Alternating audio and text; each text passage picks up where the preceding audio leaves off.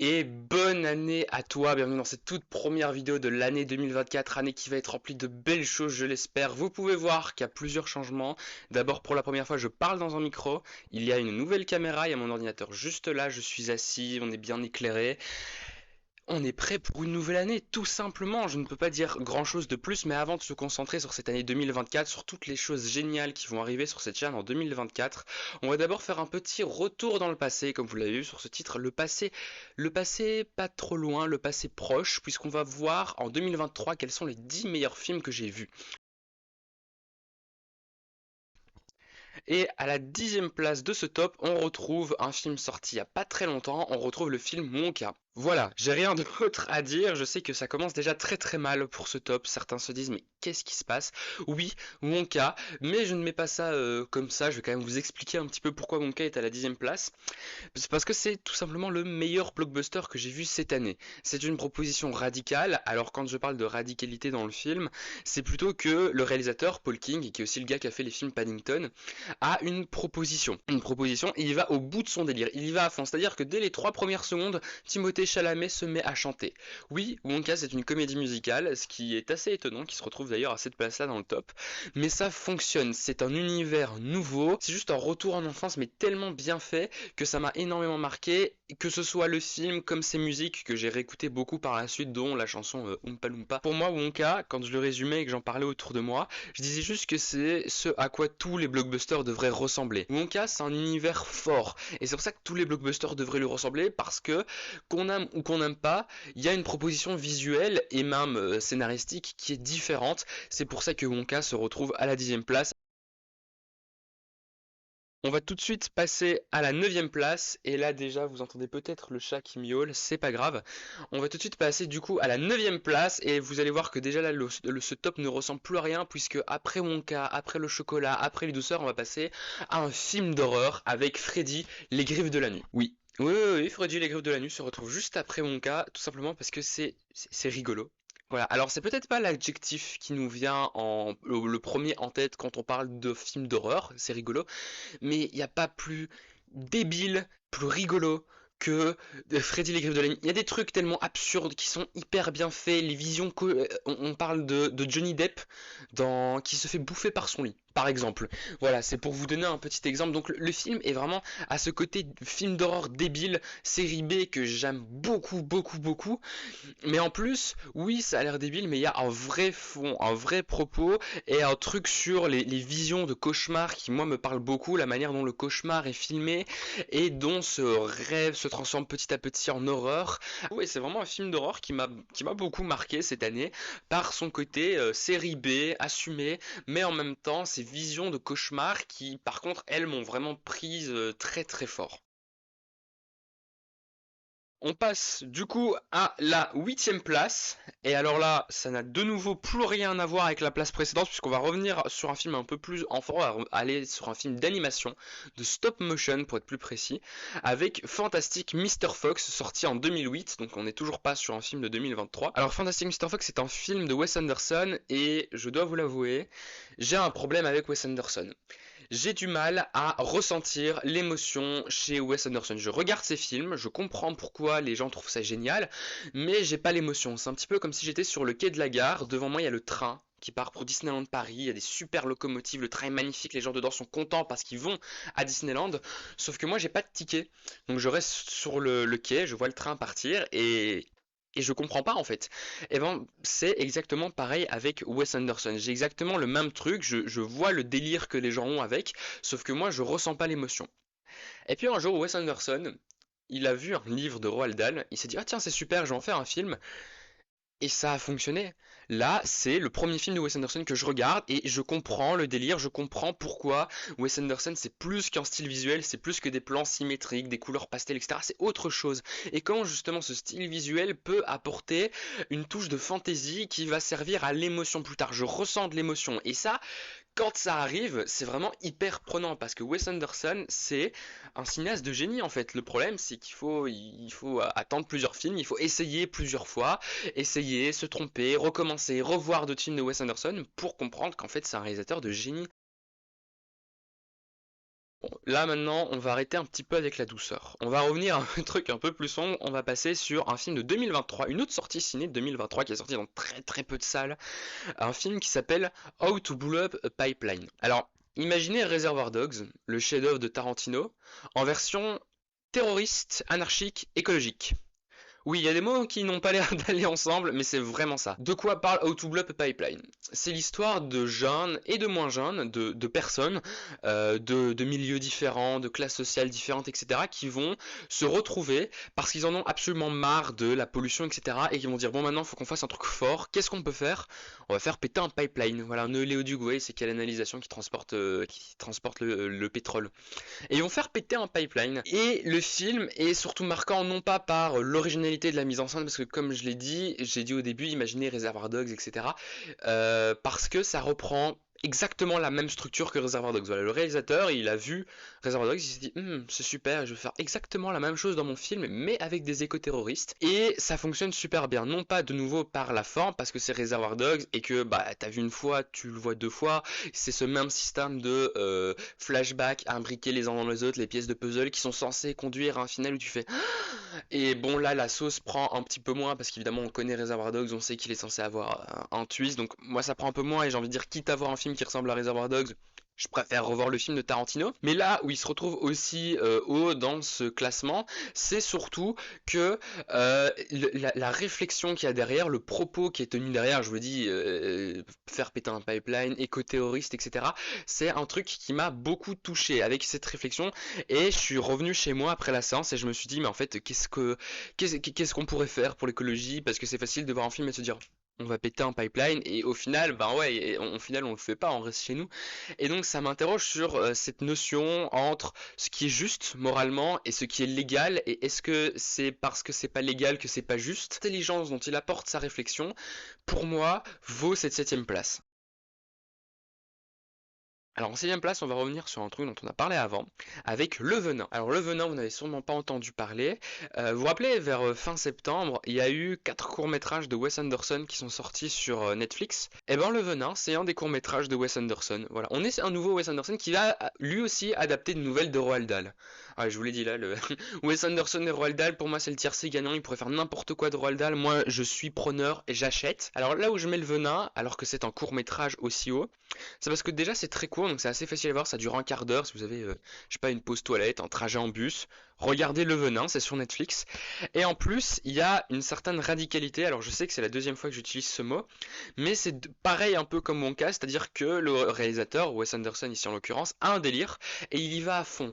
Parce que le film, enfin le court-métrage, pardon, va assumer son côté faux, sa facticité, où on va voir, on va filmer les décors qui sont en train de bouger, on va filmer les décors qui sont en train de changer, les techniciens qui passent, qui vont donner des objets aux acteurs. Et puis on va aussi avoir un quatrième mur qui est complètement inexistant. C'est-à-dire qu'on va avoir un narrateur qui va regarder la caméra et qui va s'adresser en lisant le texte de Roald Dahl. Donc il y a vraiment ce truc très radical qui va vraiment bouleverser, qui va vraiment changer les codes. Et j'adore le fait que Wes Anderson, il a vu toutes les règles ou tous les trucs qu'on dit pour acquis, qu'on enseigne dans les écoles de cinéma, etc. En disant Hitchcock a dit qu'il fallait filmer comme ça, donc on filme comme ça. Et Wes Anderson, il a pris sa caméra, il a dit en fait, j'en ai rien à faire. Et ça j'adore, ça j'adore, c'est à la sixième place. Alors on va essayer d'avancer un petit peu avec la cinquième place qui est nul autre qu'un film d'horreur. On y revient avec le film Saw. Alors Saw, c'est un film qui date de 2004, si je dis pas de bêtises, adapté d'un court-métrage de James Wan. Alors j'ai pas le temps de vous dire tous les trucs géniaux qu'a fait James Wan, je vous mets la fiche Google là à l'image. Et Saw, c'est son premier film, le premier film de ce petit maître de l'horreur. Et le principe est simple, il y a deux gars dans une pièce, ils sont enchaînés à des coins différents de la pièce, et il y en a un qui doit tuer l'autre avant 6 heures, sinon c'est lui qui meurt. Voilà, je sais que ça a l'air pas très bien résumé comme ça, mais c'est vraiment ce genre de film d'horreur qui a un concept et qui l'assume à fond.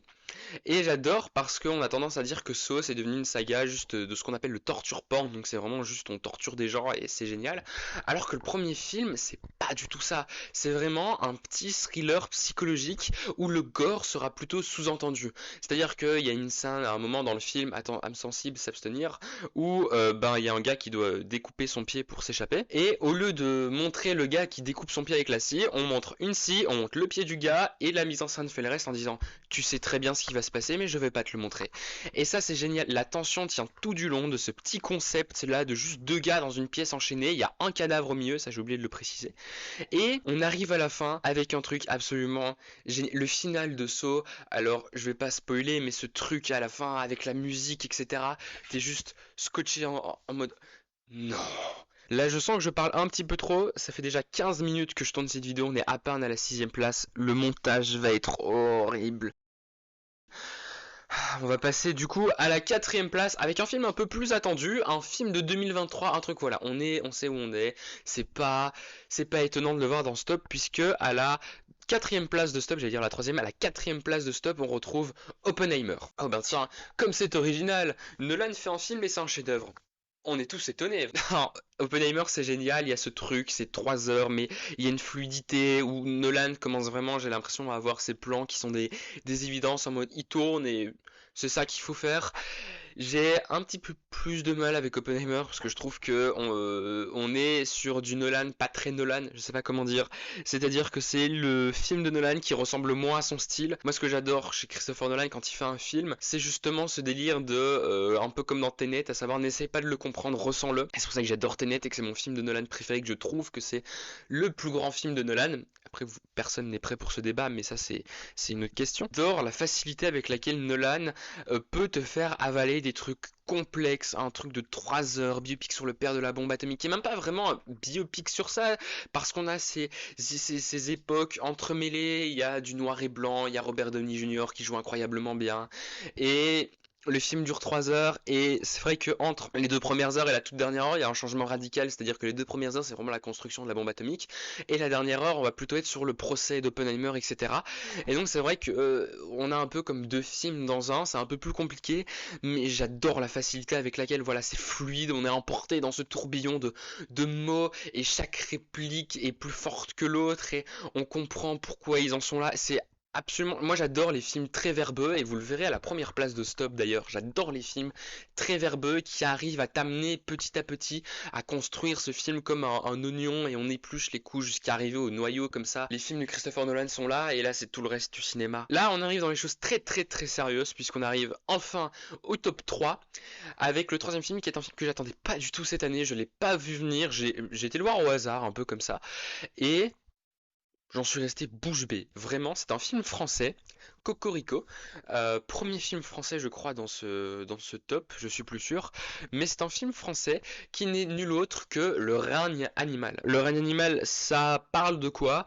C'est un monde un peu futuriste dans lequel les humains ont des mutations comme ça et ils deviennent des humains animaux. Voilà, il y a des mutations comme ça et donc le monde va se former sur un truc, un système un peu raciste où on enferme, raciste c'est peut-être pas le bon mot, mais où on va enfermer les mutants, les mettre à part parce qu'on dit qu'ils sont inaptes à la société. Et on va sur l'histoire. Je sais plus comment s'appelle le personnage principal qui est incarné par Paul Kircher, qui va découvrir que il est un mutant, alors qu'il a un truc avec sa mère, relation compliquée puisque sa mère est une mutante aussi. Bref, un truc très drame familial, mais avec du cinéma de genre français. Et c'est une proposition qui est assez rare en France de voir un truc science-fiction, pardon, mutant, etc. Et là, je le vois et je me dis, en fait, c'est génial parce que le réalisateur va partir de ce truc futuriste, mutant, etc. pour en fait revenir à Lost, faire un film sur des ados, sur cette relation père-fils et père-mère aussi, cette relation entre Paul Kircher et Romain Duris qui joue son père. Il commence à se construire autour de la mère qu'on verra pas énormément dans le film, mais revenir ouais sur un film d'ado, ces sentiments, les sentiments amoureux notamment qui vont se créer à l'adolescence.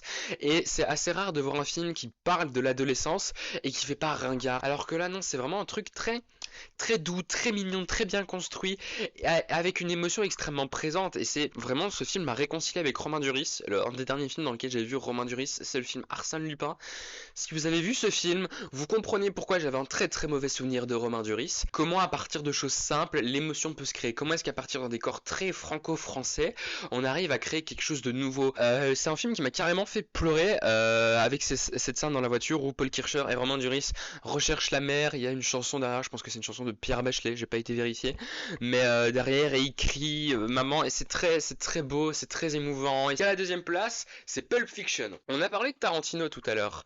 Eh bien, on va reparler de Tarantino avec ce qui est jusqu'à présent le meilleur film que j'ai vu de Tarantino, alors que je les ai pas tous vus. Mais voilà, à cette place-là, j'aurais pu mettre Reservoir Dogs, j'aurais pu mettre le premier segment d'Inglourious Basterds aussi, mais j'ai mis Pulp Fiction parce que c'est le truc le plus abouti de Tarantino que j'ai vu jusqu'à présent. Alors j'en ai pas vu beaucoup, j'en ai vu 4-5. Ce film de gangster avec plein de segments différents, il y en a 3 qui vont un peu s'entremêler, etc. en étant à chaque fois indépendants. Et ça me fascine la capacité qu'a Quentin Tarantino à faire un truc cool. Mais c'est cool, mais même quand t'as John Travolta et Samuel L. Jackson qui parlent du voyage en Europe de John Travolta là, et de comment est-ce qu'on appelle royalties au McDo en Europe, c'est affreusement cool, c'est génial. Et cette capacité qu'a Quentin Tarantino à filmer des dialogues, parce qu'on aura beau dire à aller dans des trucs un peu plus phénoménaux, à avoir ouais, des montées en puissance, des trucs un peu plus épiques dans la mise en scène, Tarantino n'est jamais aussi incroyable, le cinéma de Tarantino n'est jamais aussi prenant, aussi fascinant que quand il filme deux gars qui parlent, que ce soit deux gars dans une voiture, deux gars dans une ferme en Autriche, enfin un nazi enfermé dans une ferme en Autriche, ceux qui ont vu Inglourious Basterds comprennent. C'est jamais aussi cool quand il filme deux personnes parce qu'il y a une manière de construire ces dialogues. Comme je le disais un peu avant avec Oppenheimer, évidemment c'est des trucs qui reviennent parce que c'est des films que je trouve géniaux, donc évidemment il y a des patterns qui reviennent, mais c'est de manière qu'il a construire donc ces dialogues comme des couches d'oignon, on épluche et mais plutôt un oignon à l'envers, c'est-à-dire qu'on part du noyau, il va rajouter un peu des couches par-dessus comme ça pour avoir au final ce tout global qu'on comprenne. Et aussi ce que fait Tarantino, faudra que je fasse une vidéo complète quand j'aurai vu tous les Tarantino, mais ce truc que fait Tarantino, à savoir l'évidence de la caméra. Chaque plan, c'est le plan qu'il faut faire. La caméra s'aventure là où il faut aller. Elle montre ce qu'il faut montrer et cache juste assez pour construire de mystère. Il y a ce truc de nouveau dans Pulp Fiction du coup où on a Vincent Vega, donc le personnage de John Travolta et personnage de Samuel L. Jackson, j'ai oublié son prénom, on le dit tout à la fin et honnêtement j'ai pas trop retenu, mais où il parle dans un couloir et au bout d'un moment il s'éloigne un petit peu pour pas faire trop de bruit. Et la caméra reste là, un peu voyeur, un peu on est en train de voir quelque chose qu'on n'est pas censé voir et il arrive à construire ce truc avec des plans qui sont absolument des évidences. Voilà, des évidences et tout le tout rentre un peu en résonance, j'ai envie de dire, pour procurer une expérience absolument folle. Pulp Fiction, c'est génial. Est-ce que vous avez vu Pulp Fiction?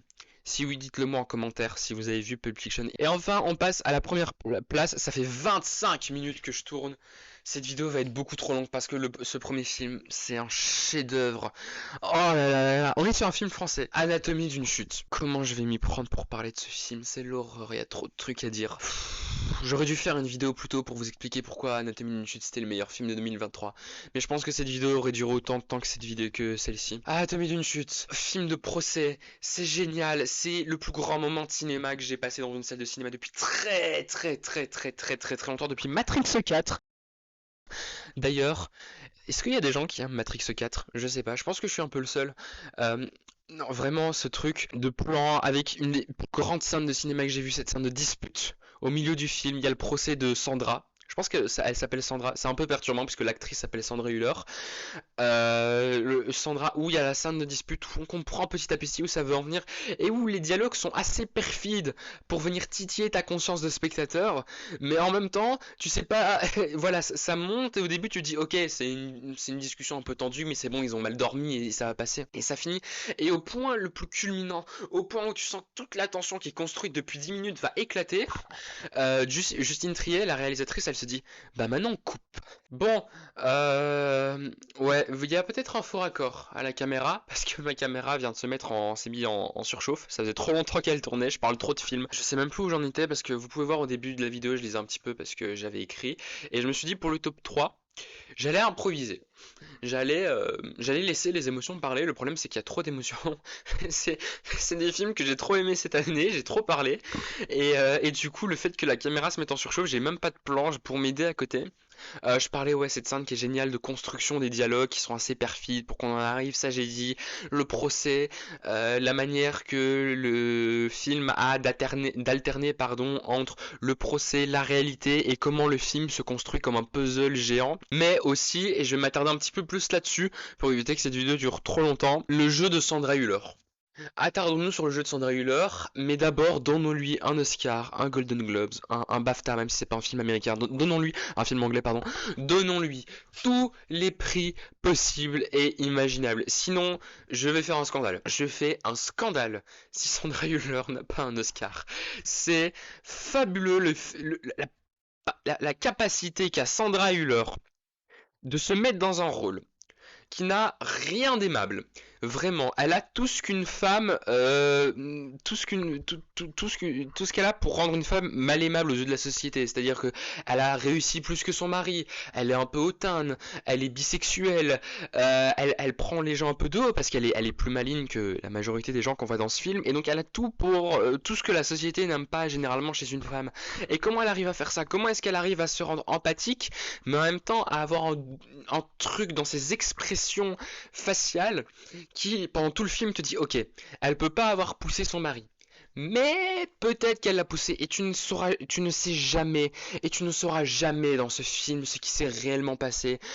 Et la fin me reste juste en tête parce que vous vous attendez à un twist. Il n'y a pas de twist à la fin. Voilà, vous resterez sur votre fin et il va y avoir des tonnes de débats. Je peux vous dire, j'ai été voir ce film avec plein de gens et il va y avoir des tonnes de débats qui vont suivre, des gens qui vont dire non, elle a pas poussé le mari, et d'autres qui vont dire mais si, parce que tel moment dans le film on raconte ça, etc. Et moi, ma théorie, c'est qu'elle mais ça c'est ma théorie, c'est fabuleux. Et dans son truc de visage, son visage est beaucoup filmé en gros plan parce que le film fait aussi chez Sandra Hüller un truc de quand on lui parle, les voix viennent souvent de l'extérieur. Vous voyez, on filme son visage mais on filme pas les gens qui lui parlent. Comme si c'était ouais, un truc extérieur en rêve, un truc entre rêve et réalité, ça va un peu te mettre mal. C'est un film qui te met un peu mal, un peu mal à l'aise, voilà, tout le début ou pendant je crois 20 minutes, il y a le sample de PIMP qui va repasser en boucle et à fond. C'est un film qui te met vraiment très mal. Et ouais, cette capacité de jeu de Sandra Hüller, et parce que bah, elle joue bien, mais ça fait pas tout, parce qu'il y a aussi le gosse qui joue hyper bien, le chien est super mignon, mais aussi comment est-ce qu'on met tout ça en image, et comment est-ce qu'on construit ça, et comment est-ce qu'on écrit aussi un scénario pareil. En fait, c'est vraiment un tout qui est juste fabuleux, un des films qui m'a le plus marqué de toute ma vie au cinéma, première place, de très loin. Aucun film n'a pu surpasser Anatomie d'une chute cette année et ça m'inquiète un petit peu de voir qu'un tel film est sorti en 2023 parce que j'ai peur que 2024 ne retrouve pas un tel niveau de cinéma. Bon, on arrive déjà à la fin de cette vidéo qui a déjà duré beaucoup trop longtemps, mais c'est pas grave. Et j'ai pas parlé d'assez de films cette année. Je vais faire, je pense, un petit truc sur TikTok en format shorts comme ça, vertical des mentions de cette année avec la mention, je sais pas, mention déception, mention film le plus surcoté de l'année, des trucs comme ça pour parler un peu, un peu plus de films cette année, parce que ouais, 10 c'est pas assez. 10 c'est pas assez. Et sur ce, moi je vous dis à dans 2 semaines pour une toute nouvelle vidéo. On parlera de livres dans la prochaine vidéo. On va parler de livres normalement. Si je me tiens à mon programme, on parle de livres. Donc, et surtout, je ne peux vous souhaiter qu'une belle année remplie de vidéos de qualité, de bonheur, de santé, de joie et surtout de cinéma.